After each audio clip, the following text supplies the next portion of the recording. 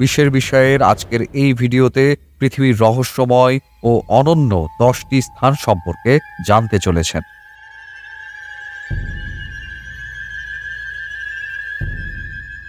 Number 10, dragon blood tree. আমাদের এই বিস্ময়কর পৃথিবীতে এমনই এক রহস্যময় গাছ রয়েছে যা কাটলে রক্ত বের হয়। এর নাম ড্রাগন ব্লাড ট্রি, যা ইয়েমেন দেশের সকোট্রা শহরে পাওয়া যায়। যখনই এসব গাছ কাটা হয় তখনই তা থেকে রক্ত বের হতে থাকে। প্রতি বছর হাজার হাজার পর্যটক এই দৃশ্য দেখতে ইয়েমেন দেশে পৌঁছায়। এই গাছের বয়স 650 বছর বলে ধারণা করা হয় এবং গাছটি প্রায় 10 থেকে 12 মিটার লম্বা হয়ে থাকে। এই গাছটি প্রতি 10 বছরে মাত্র 1 মিটার বৃদ্ধি পায়। এটি একটি জাদুকরী গাছ হিসেবে পরিচিত, কারণ এই গাছের রস মানুষের রক্তে হওয়া অনেক রোগ নিরাময় করে। এর লাল রঙের রস লোবান নামক পদার্থ তৈরিতে ব্যবহৃত হয়। Number 9, lake Hillier, Australia. বলা হয়ে থাকে যে পানির কোনো রং হয় না, কিন্তু আজ আমরা আপনাকে বলবো একটি লেক সম্পর্কে যার রং গোলাপি। এই লেকটি পশ্চিম অস্ট্রেলিয়ায় অবস্থিত।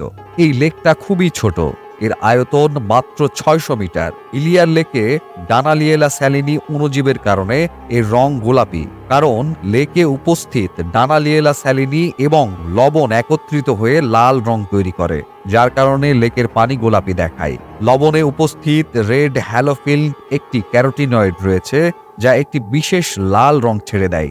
লেকে উচ্চ লবণের পরিমাণ থাকা সত্ত্বেও এটিতে সাঁতার কাটা নিরাপদ। আপনি এখানে স্বাচ্ছন্দ্যে সাঁতার উপভোগ করতে পারেন। এই লেকটি পিঙ্ক লেক বা স্যালাইন লেকও বলা হয়ে থাকে। নাম্বার 8, আইস কেভ, আইসল্যান্ড। আপনি কি কখনো বরফের গুহা দেখেছেন? যদি না দেখে থাকেন তাহলে চলুন আজকে আপনাকে বরফের গুহায় বেড়াতে নিয়ে যাই। এটি এমন একটি গুহা যার কথা আপনি কমই শুনেছেন।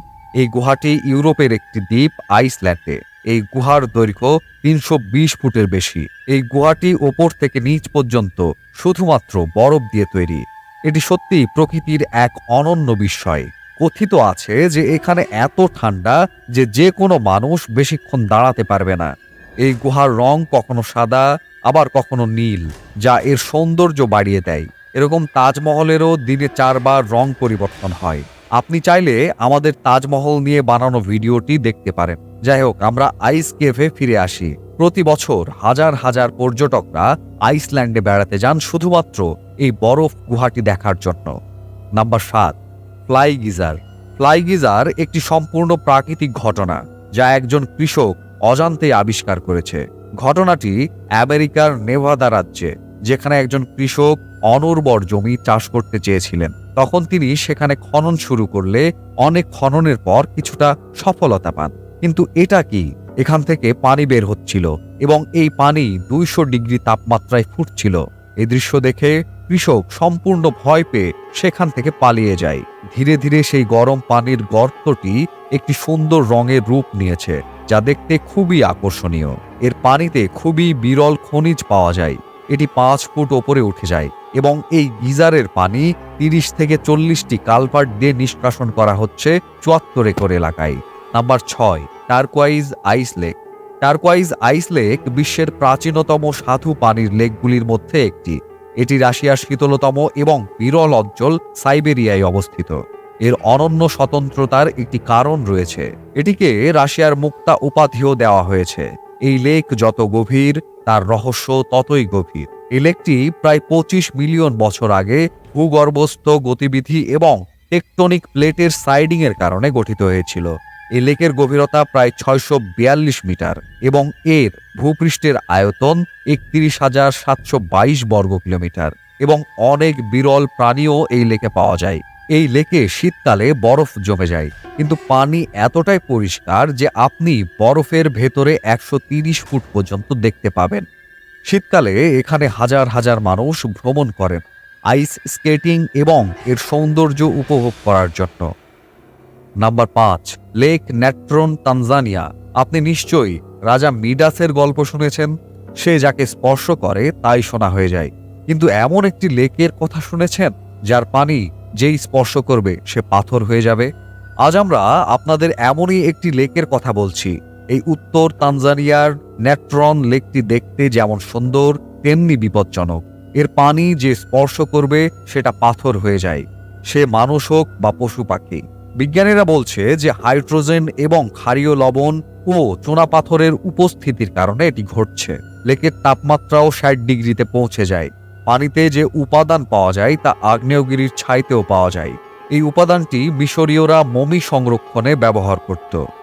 Number ৪, glowworms cave, New Zealand. শুধু কল্পনা করুন যে একটি অন্ধকার দীর্ঘ সুড়ঙ্গের মধ্যে কোথাও থেকে হালকা নীল রঙের একটি উজ্জ্বল আলো আসছে। এটা ভাবতেই রোমাঞ্চকর লাগছে, তাই না? আসলে আপনি নিউজিল্যান্ডের সমুদ্র উপকূলে এমন একটি দৃশ্য দেখতে পাবেন যা নিউজিল্যান্ডের উত্তর দ্বীপে অবস্থিত। এখানে প্রচুর পরিমাণে গ্লোওয়ার্ম দেখা যায়, যেগুলো জৈব উজ্জ্বল প্রজাতির এবং শুধুমাত্র এখানেই পাওয়া যায়। এই প্রাণীগুলি একটি বিশেষ রাসায়নিক প্রক্রিয়া সম্পাদন করে আলো তৈরি করে। এই আলো তার শিকারকে আকর্ষণ করার জন্য। এই সময় তারা রেশমের মতো লম্বা জাল বুনে, যাতে তারা এতে আটকে থাকা প্রাণীদের শিকার করতে পারে। এই জীবগুলি যত বেশি ক্ষুধার্ত, তারা তত বেশি আলো তৈরি করে। এটি দেখতে এখানে পর্যটকদের ভিড় লেগেই থাকে। এই গুহাগুলি 18 শতকের শেষের দিকে আবিষ্কৃত হয়েছিল। এখানকার মনোরম আবহাওয়া পর্যটকদের আকৃষ্ট করে। Number ৩, Abraham lake. Abraham lake Canadian rock পর্বতমালার মধ্যে আলবার্টাতে অবস্থিত।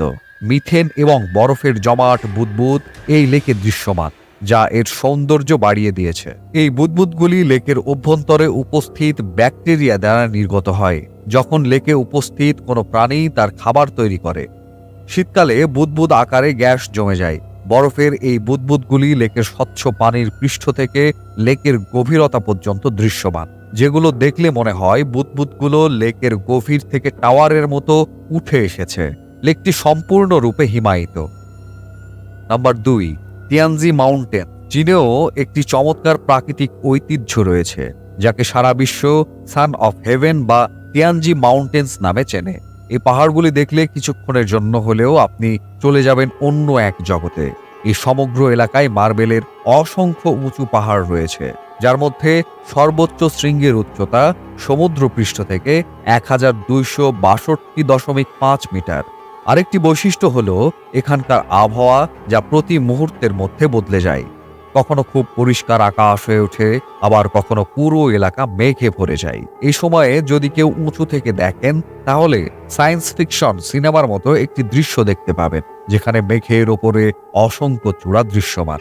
চীন সরকার এই পুরো এলাকায় সৌন্দর্য দেখার জন্য ক্যাবল কারের ব্যবস্থা করেছে এবং পাহাড়ের সাহায্যে পথও তৈরি করেছে। নাম্বার ১, ডোর টু হেল বা জাহান্নামের দরজা। তুর্কমেনিস্তানের দারভাজা গ্রামে অবস্থিত। এটি একটি ২৩০ ফুটের গর্ত, যেখানে ১৯৭১ সাল থেকে প্রাকৃতিক আগুন জ্বলছে। এই গর্ত নির্মাণের গল্পও অনন্য। এই গ্রামটি মরুভূমি অঞ্চলে অবস্থিত, যেখানে তুর্কমেনিস্তানের জনসংখ্যার মাত্র 14% লোক বসবাস করেন।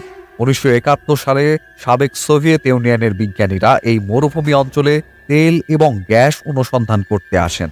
দারভাজা গ্রামের কাছে অবস্থিত এই জায়গাটিকে তারা ড্রিলিং করার জন্য বেছে নিয়েছিলেন। তারা এখানে ড্রিলিং শুরু করলেও ড্রিলিং শুরু করার কিছু সময় পর এই জায়গাটি ভেঙে পড়ে যায় এবং এখানে ২৩০ ফুট চওড়া ও ৬৫ ফুট গভীর গর্ত তৈরি হয়।